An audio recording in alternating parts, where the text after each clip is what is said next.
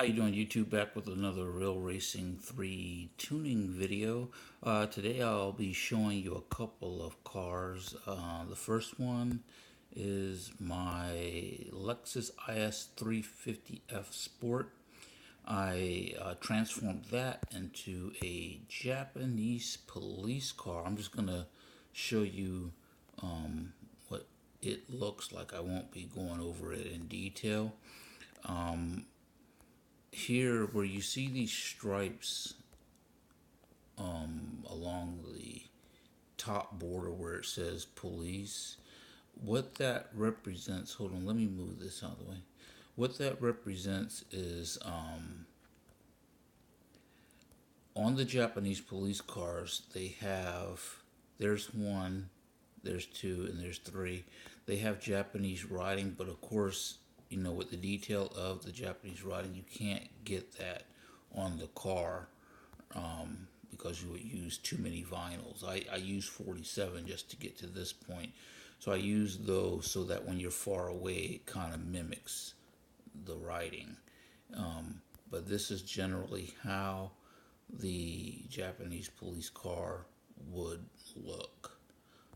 If you do want it in detail, let me know and I'll go over that with you. I mimics red flashing lights on the front and the back as well. So the car I'll be going over with you today is my Chevy Cobalt, and I'll show you what I transformed that into. The only unfortunate thing, because we don't have a large number of panels to use or vinyls to use, with it being a limited number, I used all 50 as you can see, and I made a Secret Service uniform police officer squad car. I used the real number, squad car 3027 is a picture of one of the cars that I found online.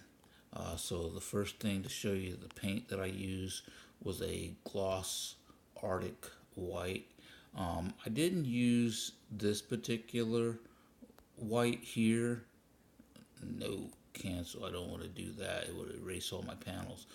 It was a reason why I didn't, and I think that the flatness of the color took away from the finish when I had it done. I did this car twice because the first time I did it, I didn't like the way it looked, so I removed all the panels and I redid it. So let's go ahead and we'll go over the panels piece by piece. Typically, I haven't been going over the rims, but I think I should. So the reason is for these particular rims, which ones did I use? Oops, I hit the wrong button. I used a particular rim because, was it that one that was checked? Oh, there it is. It was a classic black because that's the one that would typically be on the squad car. It just really enhances the look. So in case you're wondering, it was the stalwart, that classic rim. All right, so let's go ahead and go over the vinyls. And we'll start at the beginning. All right, so the first one, I started laying down striping right here. And I think I used, what did I use? Did I use a stripe? It's been so long since I looked at this car. Yeah, I used a stripe. Then I put down another one right there. So the first one, then the second one. And then I came in and I sharpened it. I don't know why I flipped the car around to sharpen it. Maybe I did that just to make sure it was straight, but I put the black on one side and I came on the other side and sharpened it off. All right, and then I went ahead and laid down the squad car number. Next thing I did, I came in and put down the gold striping. And it's not perfect at all by any stretch of the imagination. It only looks like it is from a distance, and then I block that off. And just like that, the gold and black striping for the police Secret Service car was done. Then I went ahead and did the bottom black rimming on each side. And then I put it down in the back. If you're ever in Washington, D.C., and you see one of these cars, you're going to notice that the rear black bumper trimming is lower than the side bumper trimming. And of course, I only put in Secret Service because it actually says United States Secret Service, but for all the words and letters that are in there, you simply do not have enough vinyls to do it. Then I spelled out police on both sides. And then I went ahead and I used this, let's go, I think it's in racing. Yeah, right here. This shield helped me to really get the emblem for the Secret Service car done quickly. And then after that, I went ahead and mimicked all the things that are in there. I just wanted to get the idea of the emblem. And then I finished it off with a little edging. And I think I did that just to break, because there was a little black edging that was out of line. And I did that on both sides.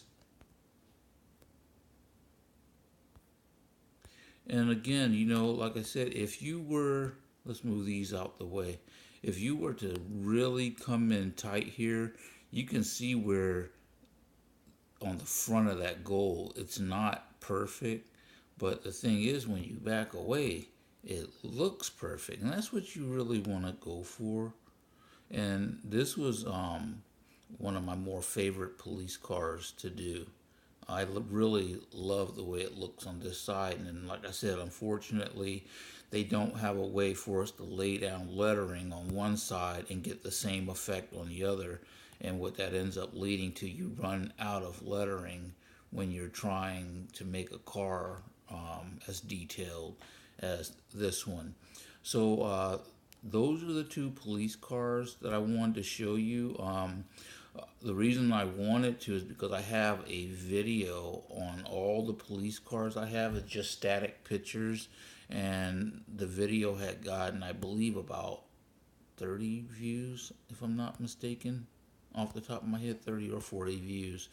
And I was surprised that people were that interested in police cars and how to make them in Real Racing 3. So I thought I'd make this video to give people some pointers on how to do it. And this particular car, this Chevy Cobalt, has the look that your why is that there? I don't know what that is. But this Chevy Cobalt has the look that you are going for when you want to make a classic police car. So that's all I have for you. Again, give this video a thumbs up if you could, and subscribe to my channel. And as always, thank you for the support.